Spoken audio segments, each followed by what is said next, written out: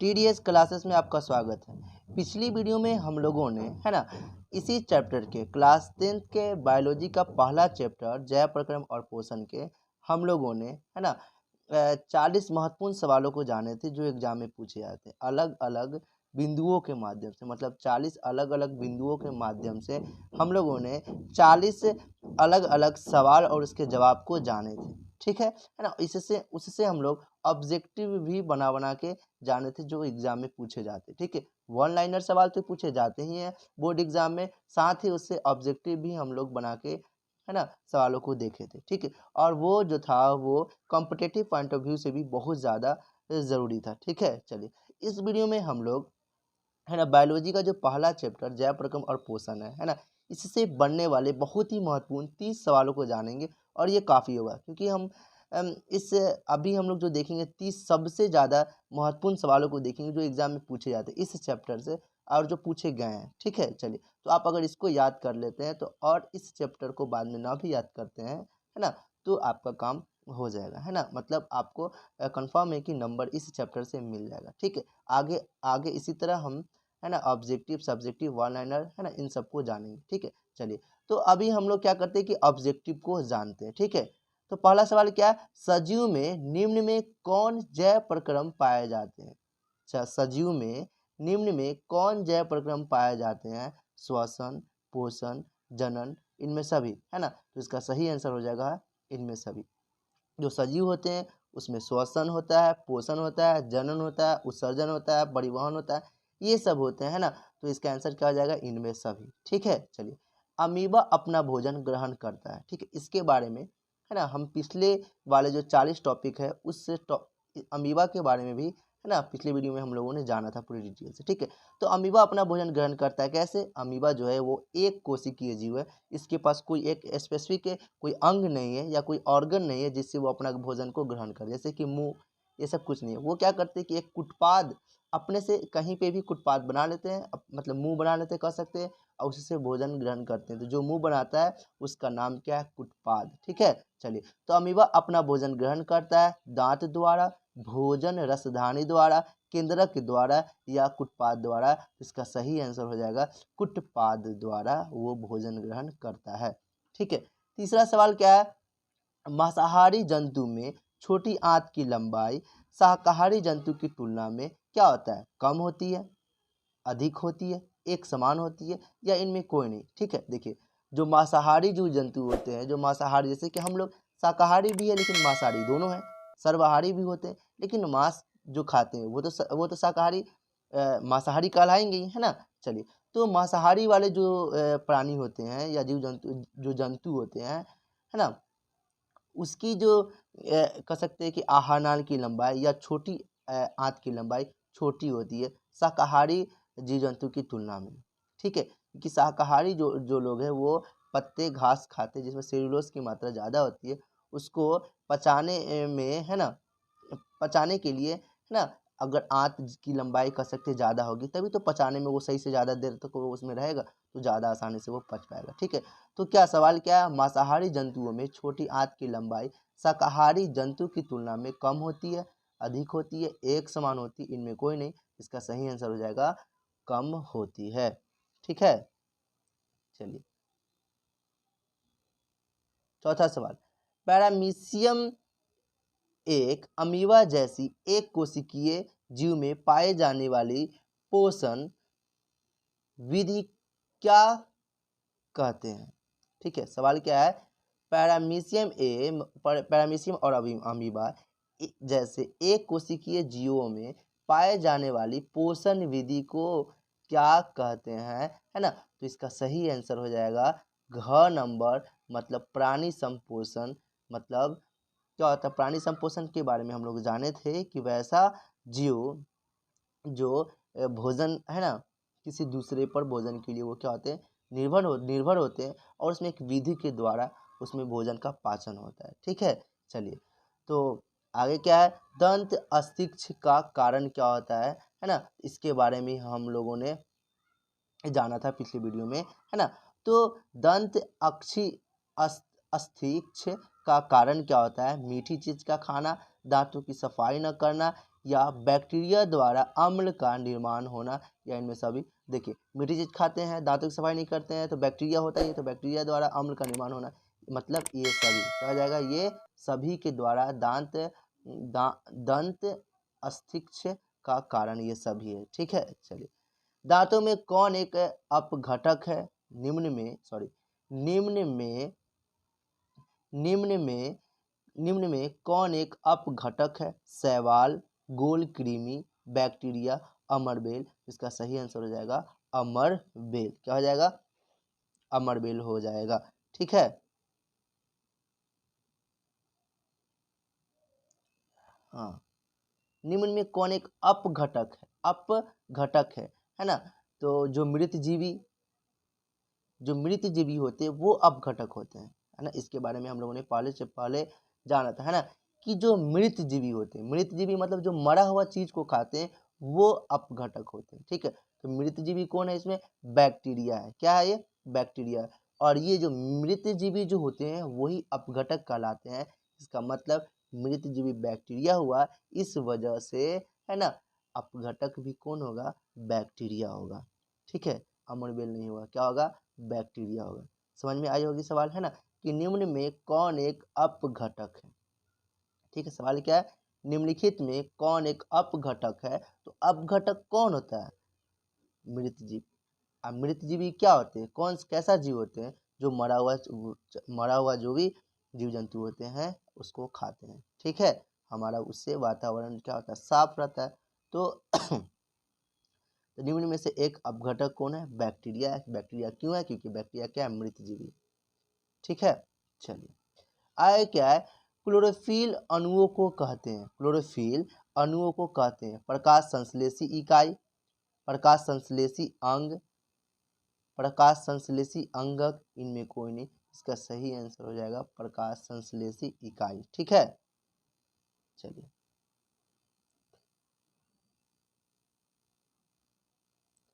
8वां सवाल।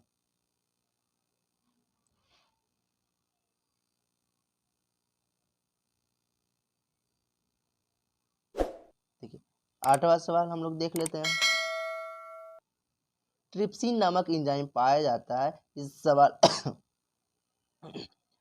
सवाल के बारे में हम लोगों ने पिछली वीडियो में भी जाना था। ठीक है, तो ट्रिप्सिन नामक एंजाइम पाया जाता है पित्ताशय में, है ना, पित्ताशय में, या अग्न्याशयी रस में, या आंत रस में, या जठर रस में। ठीक है, तो ट्रिप्सिन नामक एंजाइम जो पाया जाता है वो अग्न्याशयी रस में ट्रिप्सिन नामक एंजाइम पाया जाता है। ठीक है, चलिए 9वां सवाल क्या है, स्वपोषी पोषण के लिए क्या आवश्यक है, हरित लवक आवश्यक है, सूर्य का प्रकाश आवश्यक है, CO2 और पानी, मतलब कार्बन डाइऑक्साइड और पानी आवश्यक है, या इनमें सभी। जो स्वपोषी भोजन होते हैं, है ना, जो खाना स्वयं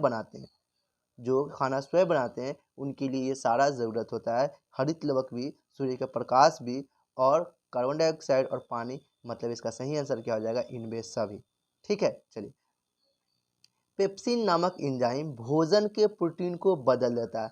जो पेप्सिन होता है वो भोजन को पेप्टोन में बदल देता है। ठीक है, जो पेप्सिन नामक जो एंजाइम होता है वो भोजन के प्रोटीन को, मतलब प्रोटीन को क्या करता है, पेप्टोन में बदल देता है। तो ये कॉम्पिटिटिव पॉइंट ऑफ व्यू से भी बहुत ज़्यादा ज़रूरी है, और ये बोर्ड के एग्जाम में पूछे ही जाते हैं कि पेप्सिन नामक एंजाइम भोजन के प्रोटीन को किसमें बदल देता है। तो ये भोजन के प्रोटीन को पेप्टोन में बदल देता है, कौन, पेप्सिन।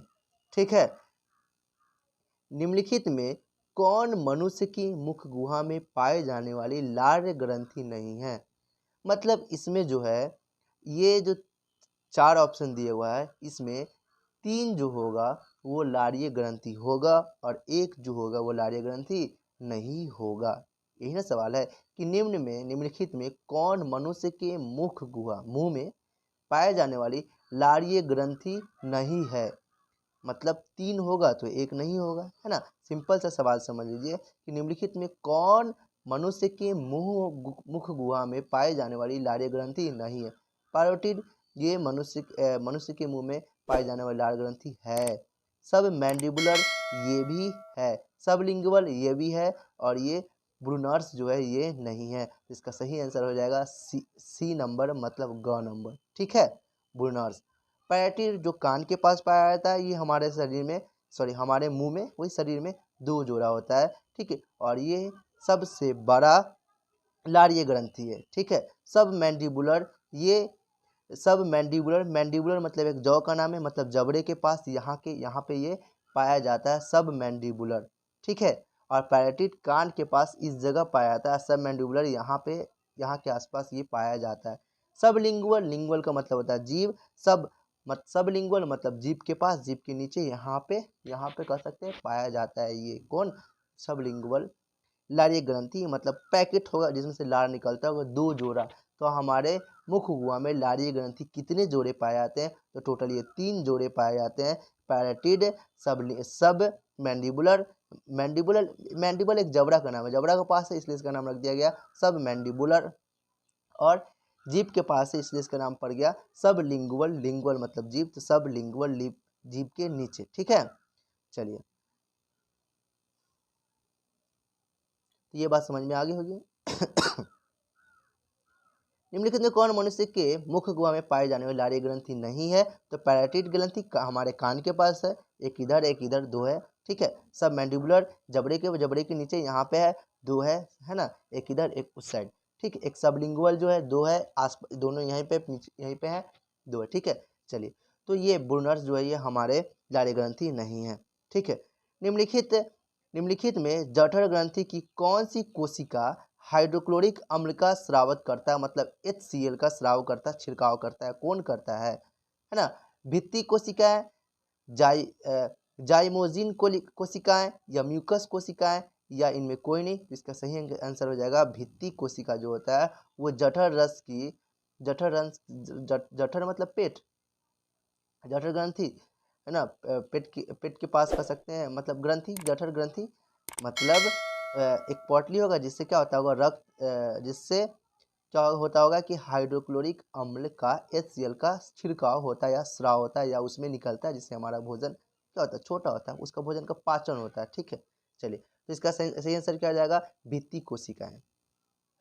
छोटी आंत में भोजन के पाचन में, छोटी आंत में भोजन के पाचन में निम्नलिखित किस रस की भूमिका होती है? निम्नलिखित किस रस की भूमिका होती है? पित्त रस की, अग्न्याशयी रस की, या आंत्र रस की, या इनमें सभी, है ना? तो छोटी आंत जो होती है, हम स्मॉल इंटेस्टाइन जो है उसमें पित्त रस का भी छिड़काव होता है, अग्न्याशयी रस का भी, आंत्र रस उसके अंदर खुद होता है, मतलब इसका आंसर क्या हो जाएगा? इनमें सभी। ठीक है, पित्त रस, अग्न्याशयी रस जो है मतलब यकृत के द्वारा जो पित्त रस जो बनता है वो अग्न्याशयी रस, पैनक्रियाज। ठीक है, अग्न्याशयी जो रस है, पैनक्रियाटिक जूस जो है, ये दोनों क्या हुआ करती है कि छोटी आंत में ये दोनों क्या करते हैं, अपना छिड़काव करते हैं, छोटी आंत में, है ना, और ये छोटी आंत के पास खुद का होता है आंतरस। तो इसका मतलब कह सकते हैं कि इसका आंसर क्या हो जाएगा? इनमें सभी, मतलब डी नंबर। ठीक है, चलिए, अगला सवाल। इस सवाल समझ में आई ना, कि छोटी आंत में भोजन के पाचन में निम्नलिखित किस रस की भूमिका होती है? पित्त रस, अग्न्याशयी रस, आंत्र रस? इसका सही आंसर हो जाएगा इनमें सभी, ये सभी होते हैं। वह विधि जिसमें जीव पोषक तत्व को ग्रहण कर उनका उपयोग अपने वृद्धि एवं जनन के लिए करते हैं, क्या कहलाती है? पोषण, अंतग्रहण, परपोषण, स्वपोषण?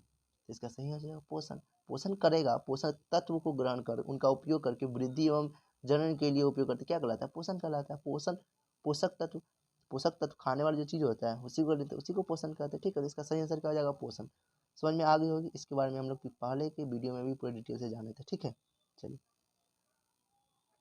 आमाशय में, पेट में, स्टमक में, आमाशय में भोजन के गाढ़े लेय की तरह के तरल के रूप को क्या कहते हैं?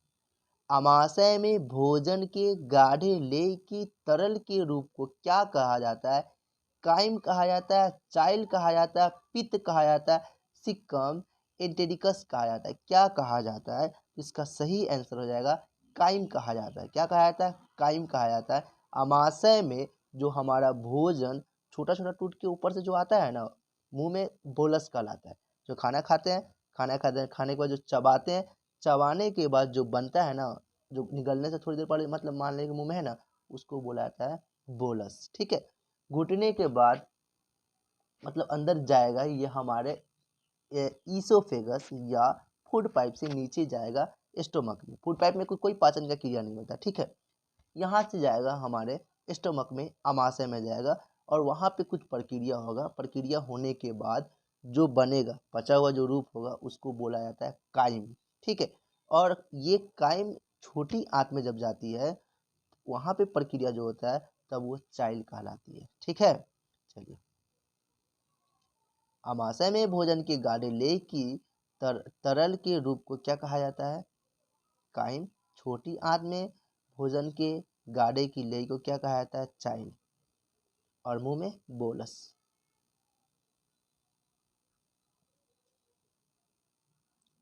इनमें किसके द्वारा अमीबा में अंतर्ग्रहण होता है? थोड़ी देर पहले बताए थे, कुटपाद में। ठीक है। सॉरी। आहार नाल का सबसे लंबा भाग कौन होता है? आहार नाल का, आहार नाल बता चुके हैं कि हमारे मुंह से पूरा जो पाइप कह सकते हैं, या जो आहार नाल खाना जिसमें जाएगा, प्रवेश करेगा पाइप में, तो इस पूरे आहार नाल जो है, इस पूरे आहार नाल हमारे मुंह में सॉरी जो हमारे बॉडी में पूरे आहार नाल मुंह से लेके गुदा तक, एनस तक जो है वो 10 मीटर है। ठीक है। चलिए, लेकिन पूछा क्या जा रहा है? आहार नाल का सबसे लंबा भाग कौन सबसे ज़्यादा? मुंह का आहार नाल का जो पाइप है ये, या ये जो है कह सकते हैं कि इसोफेगस का, या स्टमक का, या छोटी आंत, या बड़ी आंत, यह ना है तो, या एनस का, है ना, रेक्टम के पास का। तो सबसे जो बड़ा है, ठीक है, जो सबसे बड़ा है आहार नाल का जो भाग, छोटी आंत है। लगभग वो 8 मीटर बड़ा है। 8 मीटर। देखिए, टोटल 10 मीटर, 9 से 10 मीटर टोटल होता है, उसमें से अकेला 7 से 8 मीटर अकेला ये होता है। एक एवरेज में मान लीजिए, एक मान लीजिए। ठीक है। तो 9 मीटर का पूरा हमारा आहार नाल हो गया, तो अकेला 8 मीटर का छोटी आंत होता है। 8 मीटर का, देख लीजिए इतना लंबा, एकदम गोल गोल गोल गोल बीच में रहता है। ठीक है। और बड़ी आंत मोटा होता है, लेकिन वो कह सकते हैं लंबाई में कम होता है। ठीक है। चलिए आगे देख लीजिए। मनुष्य में पाचन क्रिया का आरंभ, सिंपल सा सवाल है, कोई भी चीज पाचन क्रिया का आरंभ कहाँ से होता है? खाना शुरू कहाँ से करते हैं? मुंह से ना। तो मनुष्य में पाचन क्रिया का आरंभ होता है मुख गुहा से, और ये एग्जाम में पूछा भी गया है। वसा के पाचन में कौन सहायक होता है? ठीक है। टाइलिन, लाइपेज, माल्टेज, या फिर लैक्टेज। इसका सही आंसर हो जाएगा लाइपेज, जो होता है वसा के पाचन में सहायक होता है, और वसा का पाचन स्टोमक और छोटी आंत में होती है, आमाशय, छोटी आंत। चलिए,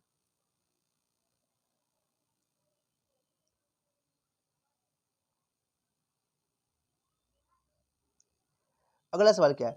रक्षी कोशिकाएं पाई जाती है जड़ में, पत्तियों में, फूलों में, फलों में। इसका सही आंसर हो जाएगा पत्तियों में। वायुमंडल में CO2 का कितना विस्तार विद्यमान है, मौजूद है? वायुमंडल में कितना ऑक्सीजन है, कितना कार्बन डाइऑक्साइड है, कितना नाइट्रोजन? ये सब एग्जाम में सवाल पूछे जा सकते हैं, लेकिन नाइट्रोजन के बारे में तो नहीं पूछेगा, लेकिन एग्जाम में कार्बन डाइऑक्साइड और ऑक्सीजन के बारे में पूछा जा सकता है। तो ऑक्सीजन 21% और कार्बन डाइऑक्साइड 0.03%। इसका मतलब इसका आंसर क्या हो जाएगा? ख, मतलब 0.03% वायुमंडल में, वायुमंडल, पूरी जो वायुमंडल है, इस वायु में 0.3% कार्बन डाइऑक्साइड पाया जाता है। ठीक है।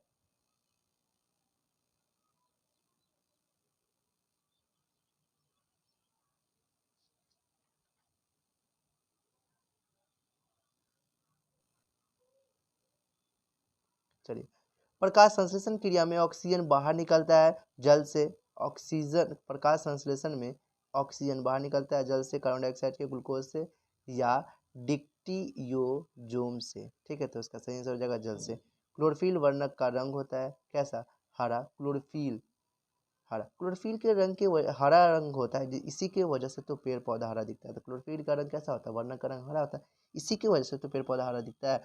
तो पेड़ पौधा हरा किसकी वजह से दिखता है? क्लोरोफिल की वजह से दिखता है। क्लोरोफिल वर्णक पिगमेंट की वजह से पेड़ पौधा हरा निकलता है, क्योंकि क्लोरोफिल का जो वर्णक है, रंग है, वो हरा है।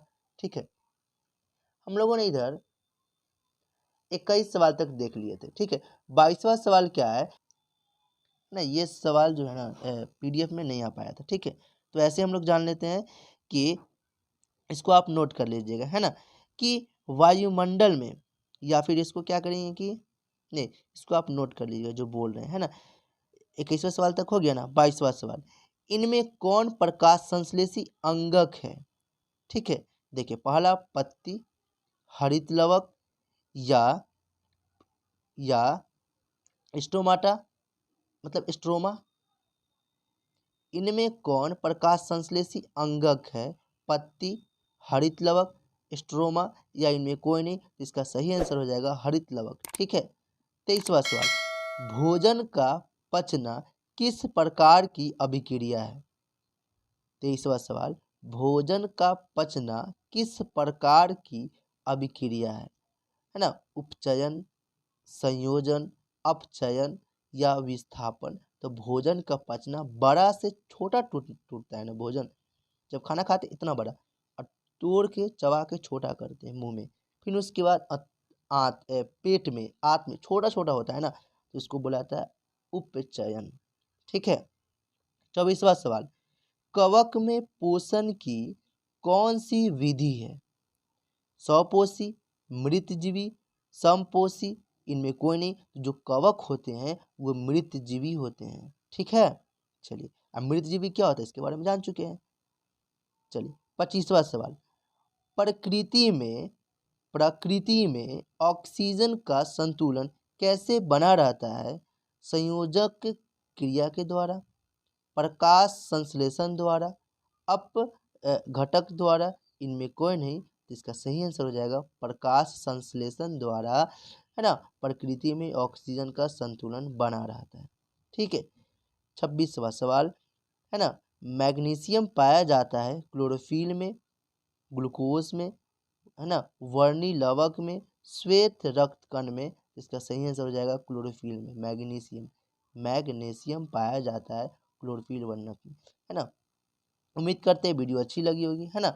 वीडियो अगर अच्छी लगी होगी तो इस चैनल को अपने दोस्तों में वीडियो को शेयर कर दीजिएगा, क्योंकि ये एग्जाम में पूछे जाते हैं, हर बार एग्जाम में इसी तरह सवाल पूछे जाते हैं पहला चैप्टर से। ठीक है, इस तरह हम लोग क्या करेंगे कि जो भी 6-7 चैप्टर है, 6-7 चैप्टर को अलग अलग वीडियो के माध्यम से हम लोग पूरे तरीके से जान लेंगे, और इसको अगर आप देख लेते हैं अच्छी तरह से और समझ लेते हैं, तो आपको बायोलॉजी के जो भी सवाल होंगे वो सारे सवाल आसानी से हल हो जाएंगे। ठीक है, इसके बाद हम लोग फिजिक्स, केमिस्ट्री अलग अलग, है ना, क्लास 10th को, और साथ ही जो कॉम्पिटिटिव एग्जाम होते हैं, है ना, उन सब के सवाल को जानेंगे। ठीक है, उम्मीद करते वीडियो अच्छी लगी होगी, है ना, अच्छी लगी होगी। और इस तरह का वीडियो पाने के लिए चैनल को सब्सक्राइब कर दे और साथ ही बेल आइकन को प्रेस कर। ठीक है, thank you so much for watching this video.